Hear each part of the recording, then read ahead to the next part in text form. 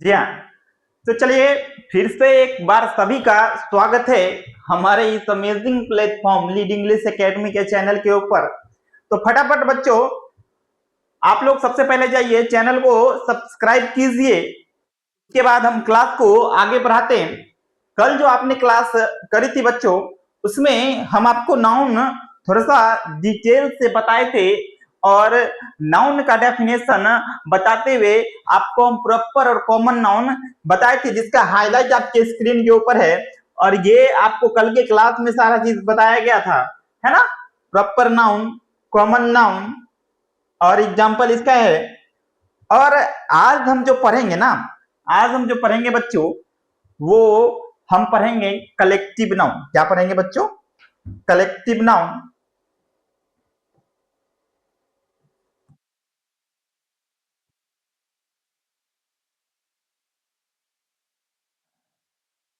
लेकिन उससे पहले थोड़ा सा आपको कल के हाईलाइट को और भी अच्छे तरीके से, जो बच्चे कल नहीं क्लास कर पाए थे किसी कारण, अगर आज इस क्लास से डायरेक्टली जुड़े हैं ना, उनके लिए मैं बता दूं कि प्रॉपर नाउन, प्रॉपर नाउन मेरे बच्चों और कॉमन नाउन, कॉमन नाउन ये बिल्कुल अपने आप में एक जैसे ही हैं, एक जैसे ही हैं। अब एक जैसे कैसे हैं कि हम प्रॉपर नाउन के बदले में, प्रॉपर नाउन के बदले में जो एक स्पेशल कैटेगरी के लिए इस्तेमाल करते हैं ना, एक स्पेशल क्लास के लिए इस्तेमाल करते हैं, उसी को हम क्या बोलते हैं बच्चों? कॉमन नाउन बोलते हैं। जैसे अगर हम प्रॉपर की बात करें ना, प्रॉपर में अगर हम राम बोलते हैं ना, राम राम, चूंकि राम एक लड़का है, चूंकि राम एक क्या है मेरे बच्चों? लड़का है, तो लड़का के लिए हम क्या इस्तेमाल करेंगे?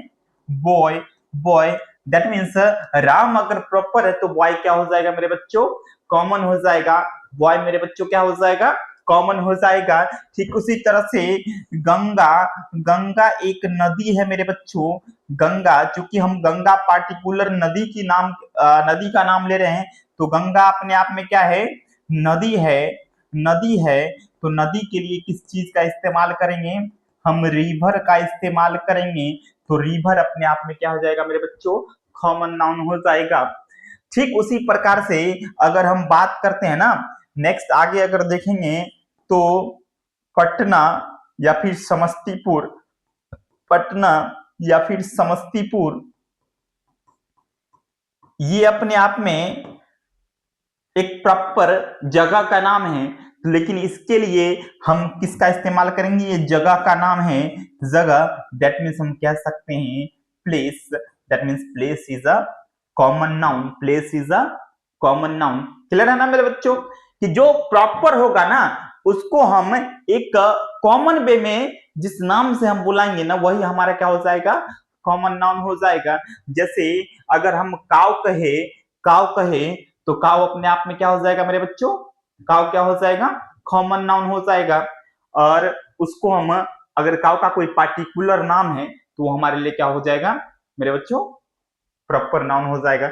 चलिए आगे के क्लास को हम देखते हैं कि बढ़ते हैं। तो आपके स्क्रीन के ऊपर क्या आ रहा है? लिखा हुआ कलेक्टिव नाउन मेरे बच्चों। क्या आ रहा है?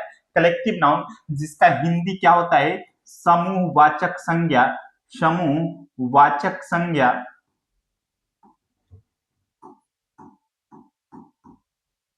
क्लियर है ना बच्चों? कलेक्टिव नाउन का मतलब क्या होता है? समूहवाचक संज्ञा। अब जो समूहवाचक संज्ञा होता है ना, देखने से ही पता चल रहा है कि समूहवाचक संज्ञा में हम किस चीज को डिनोट करने वाले हैं? समूह को डिनोट करने वाले हैं। समूह से हम समझने वाले हैं एक्चुअली में इसमें किस तरह का नाउन इस्तेमाल होगा।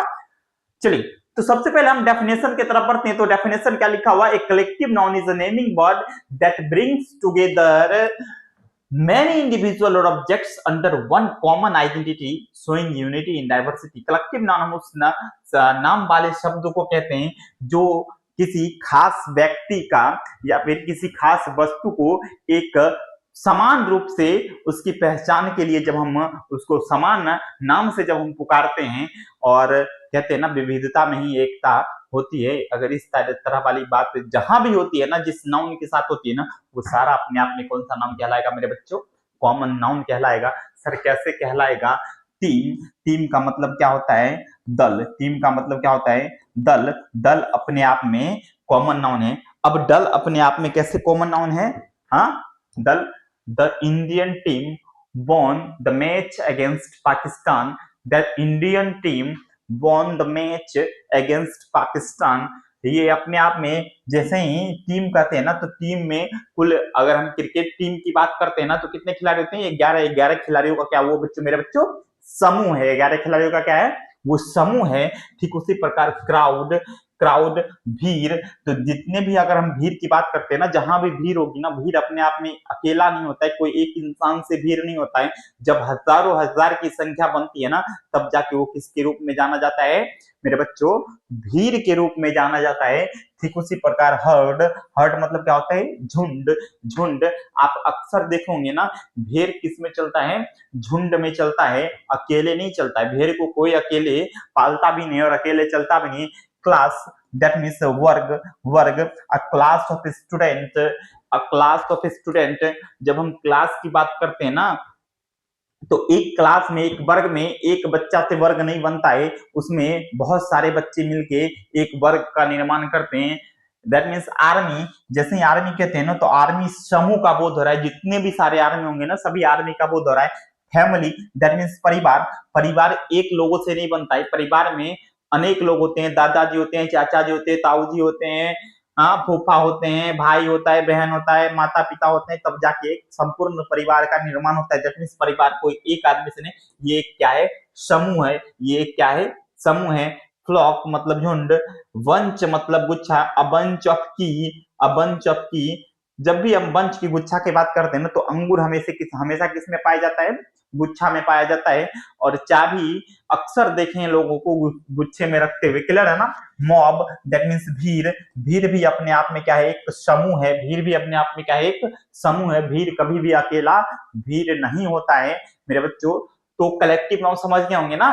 कलेक्टिव नाउन, जब भी कोई इंडिविजुअल या ऑब्जेक्ट, जब भी कोई इंडिविजुअल्स या फिर ऑब्जेक्ट की हम बात करते हैं ना, तब जाके हम देखते हैं कि वो इंडिविजुअल तो है, लेकिन उस इंडिविजुअल को हम एक पूरे दल के साथ, एक समूह के साथ जब हम बुलाने की कोशिश करते हैं ना, और उसके लिए जिस नाउन का इस्तेमाल करते हैं, वो नाउन हमारे लिए क्या बन जाता है बच्चों?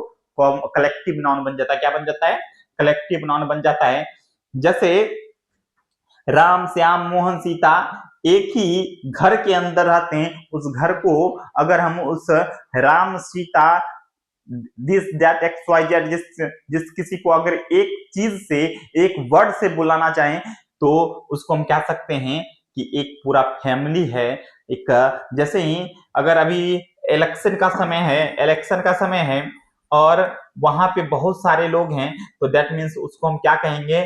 क्राउड या मॉब। क्राउड या मॉब। क्लियर है ना बच्चों? क्राउड या मॉब के नाम से जाना जाएगा। क्लियर है? चलिए आगे बढ़ते हैं। आगे क्या है? आगे क्या है मेरे बच्चों?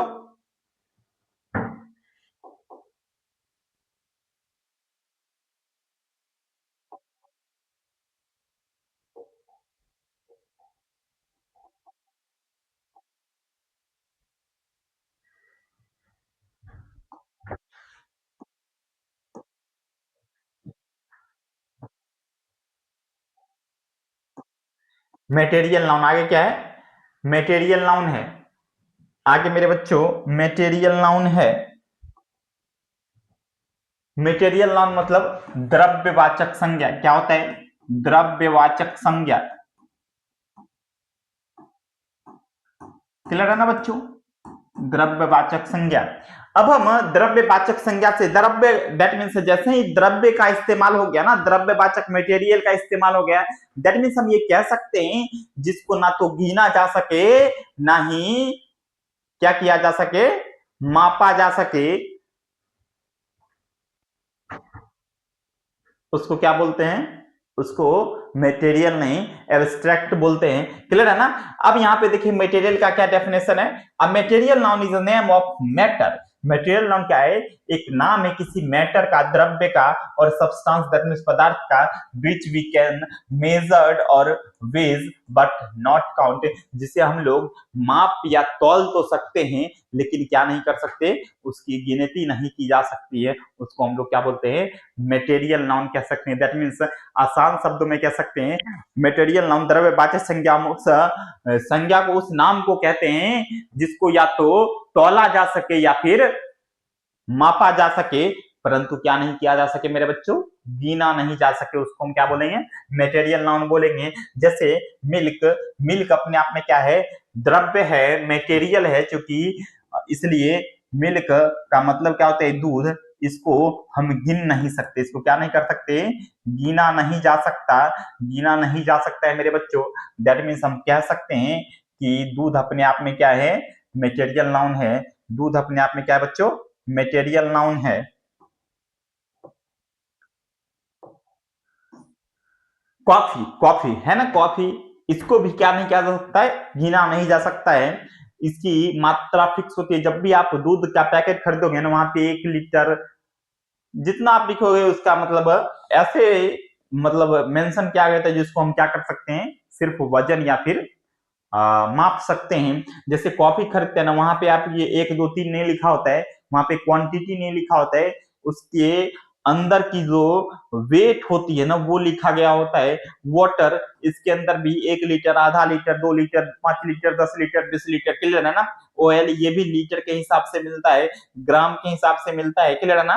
घी, शुगर सब उसी तरह का है, सैंड, पल्स, गोल्ड है, क्लियर है ना बच्चों, कि हम सैंड को जैसे मापते हैं, क्लियर है ना। जब भी आप बालू खरीदने जाओगे ना, वहां पे मापा जाता है कि कितना गहराई है, उस हिसाब से उसको उसका मापदंड यही होता है कि उसको माप के हम क्या करते हैं, उसकी आ, उसको निकाला जाता है, क्लियर है ना। तो इसी तरीके से अगर आप आगे बढ़िएगा ना, तो एब्स्ट्रैक्ट नाउन है, क्या है, एब्स्ट्रैक्ट नाउन है। दैट मीन्स इसको हम क्या बोलते हैं, भाववाचक संज्ञा, भाववाचक संज्ञा, भाव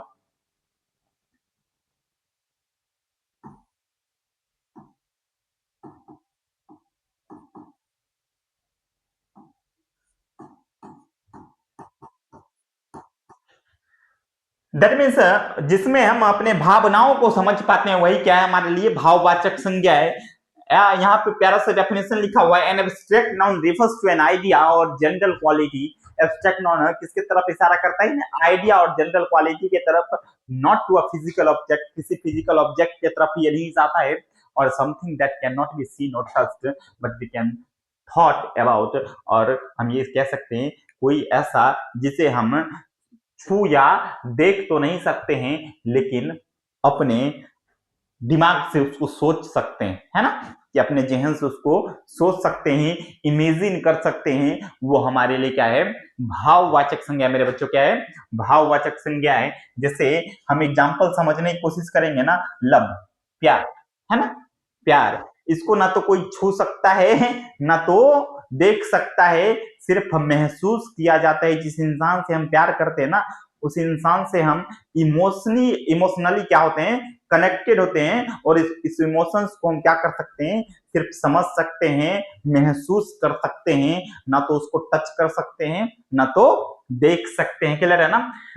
ट्रुथ, सच्चाई, सच्चाई सिर्फ इसको महसूस किया जाता है, इसे आप समझ सकते हैं, अपने जहन से इमेजिन कर सकते हैं कोई इंसान कितना सच्चा और ईमानदार है, क्लियर है ना। कि लाइफ, जीवन, इसको भी क्या किया जा सकता है, सिर्फ कल्पना इसके लिए की जा सकती है, इमेजिनेशन की जा सकती है कि जीवन ऐसी है वैसी है, डेथ, मृत्यु, इसको भी सिर्फ महसूस कर सकते हैं। आप मृत्यु को देख नहीं सकते, जब किसी इंसान का प्राण निकलता है ना, उसके शरीर को छोड़ता है, तब जाके उसको देखा नहीं जाता है।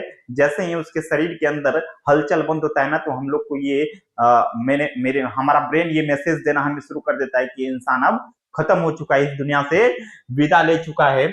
उसी तरह ऑनेस्टी, ईमानदारी, उसी तरह से फ्रेंडशिप, दोस्ती, उसी तरह से चाइल्डहुड, बचपना, जिसे हम क्या कर सकते हैं, सिर्फ इमेजिन कर सकते हैं, काश मैं बच्चा होता तो मैं ये करता, मैं वो करता, क्लियर है ना। उसको हम पीछे वापस मुड़ के देख नहीं सकते हैं, ना तो उसको हम छू सकते हैं, क्लियर ना। तो ये रहा था आपका नाउन, और ये आपको नाउन के पांचों भाग को मैंने विशेष तरीके से आपको एक्सप्लेन करके बताया कि एक्चुअली में कि नाउन हम किसे कहते हैं, नाउन को समझा कैसे जा सकता है। दैट मीन्स पांचों प्रकार को हमने समझ लिया है। लेकिन सबसे बड़ी बात अपनी निकल के आती है कि सर आप तो कल बोले थे कि आपको हम मॉडर्न क्लासिफिकेशन भी इसका समझाएंगे। जी हाँ बच्चों, मॉडर्न क्लासिफिकेशन अगर हम समझने की कोशिश करें ना, मॉडर्न क्लासिफिकेशन समझने की कोशिश करें तो according to modern English grammar लिख लेते हैं।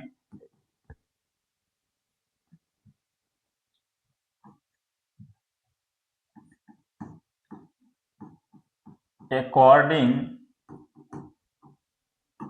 To modern English grammar,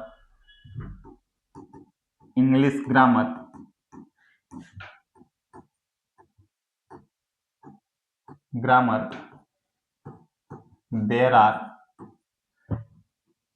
three kinds of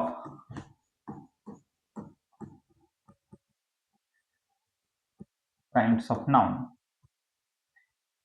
जिसमें आप आसान समझे। पहला क्या है बच्चों, प्रॉपर नाउन है ना, पहला प्रॉपर नाउन, क्योंकि ये इंडिविजुअलिटी को दिखाता है, इसलिए हम ये कह सकते हैं कि प्रॉपर नाउन।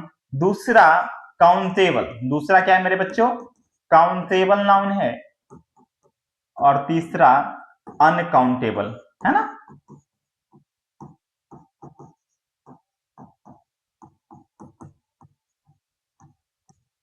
अब जो काउंटेबल होता है ना, काउंटेबल को दो पार्ट में हम इसको समझ सकते हैं, एक तो सिंगुलर और दूसरा प्लूरल।